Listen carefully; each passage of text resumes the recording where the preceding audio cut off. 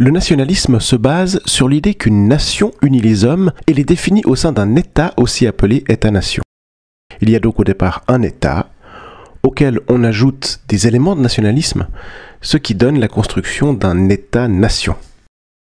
Idéologie majeure née au XIXe siècle, le nationalisme diffère du libéralisme et du socialisme dans le sens qu'il ne se rapporte pas directement à une théorie économique et n'a ainsi pas la prétention de proposer une solution pour enrichir économiquement une nation. Nous nous centrerons ici à définir le nationalisme en Europe dès le XIXe siècle.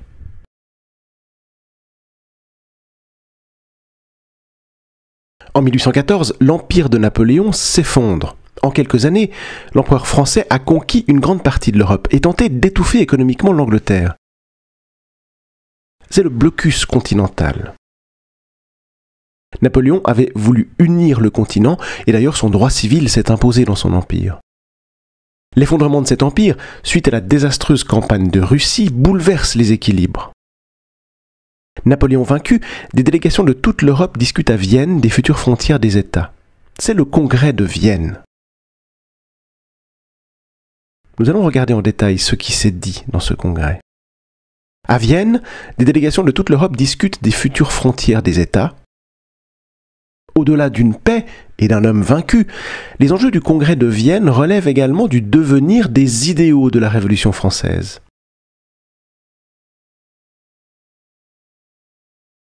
Rappelons que les libéraux avaient mis de grands espoirs dans l'Empire, la construction de ce marché unique. Les vainqueurs de Napoléon, Russie, Autriche, Prusse et Angleterre, imposent leur vue à de très nombreuses délégations participantes. Elles se sont unies contre Napoléon, mais avec des ambitions bien différentes, territoriales, politiques. Faisons rapidement le tour des ambitions de chacune de ces grandes puissances.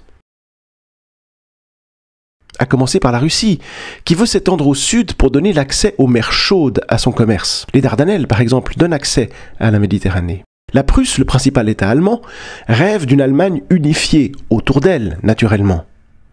Quant à l'Autriche, elle est méfiante envers les ambitions de la Prusse. Elle veut neutraliser les idéaux de la Révolution française.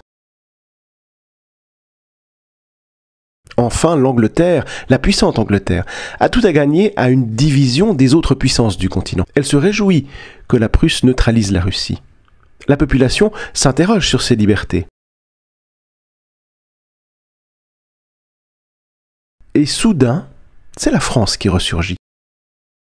Défaite par la coalition créée contre elle, la France ne devait pas jouer un grand rôle à Vienne. C'était sans compter sur son ministre Talleyrand.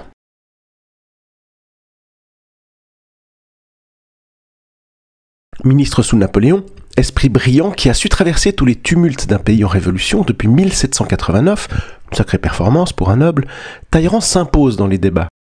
Il faut rappeler qu'il a servi la monarchie, la Révolution et l'Empire. Sachant parfaitement jouer des rivalités des puissances, Talleyrand parvient à éviter un éclatement de son pays qui redevient une monarchie, mais cette fois une monarchie constitutionnelle. Pour éviter une future confrontation entre grandes puissances, les vainqueurs créent des États tampons, comme la Suisse, une confédération séparant la France et l'Autriche. Elle se voit ajouter des États francophones, Neuchâtel, le Valais et Genève. D'ailleurs, ce dernier, Genève, voulait retrouver son indépendance perdue en 1798, mais elle se voit forcée de se lier à un voisin. Elle choisit la Suisse, la plus à même de lui assurer une relative indépendance. Les populations s'éloignent des familles régnantes. Les nombreuses aspirations à plus de liberté, exprimées dans le libéralisme, s'accompagnent de l'émergence d'un sentiment d'appartenance à une nation plus qu'à une famille régnante. Les querelles des rois commencent à indifférer les populations, qui se sentent attachées à une identité culturelle plus qu'à une famille. Elles aspirent à plus de liberté.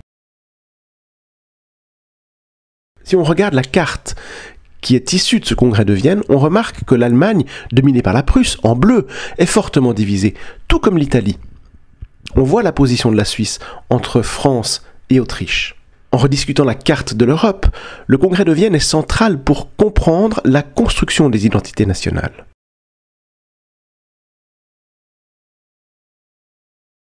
Le congrès de Vienne initie la Restauration, une période de déconstruction des idéaux révolutionnaires.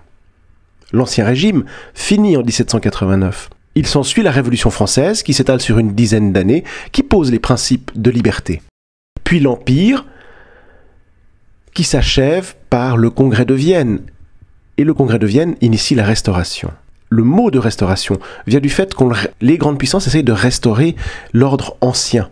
Ce n'est qu'à partir de 1848 que les démocraties libérales commencent. Affaiblies par les vainqueurs, les idéaux révolutionnaires, par le biais du libéralisme, sont simultanément affaiblis dès 1815 par une actualité tragique liée à un volcan indonésien. Ça ne s'invente pas.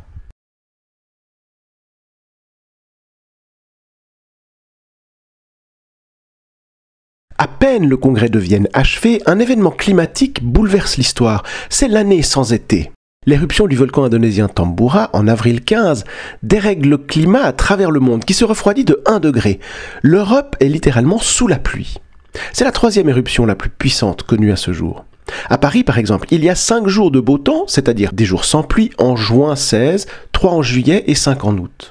Les récoltes en 1816 et 1817 sont catastrophiques, causant famine et émeutes de subsistance, les dernières du continent. Les prix des grains explosent. Pour protéger leur production, les États installent des taxes douanières affectant les échanges et le commerce de tout le continent. Casser ces barrières, qui apportent des revenus aux États, devient le credo des libéraux, une lutte qui dure jusqu'au XXe siècle.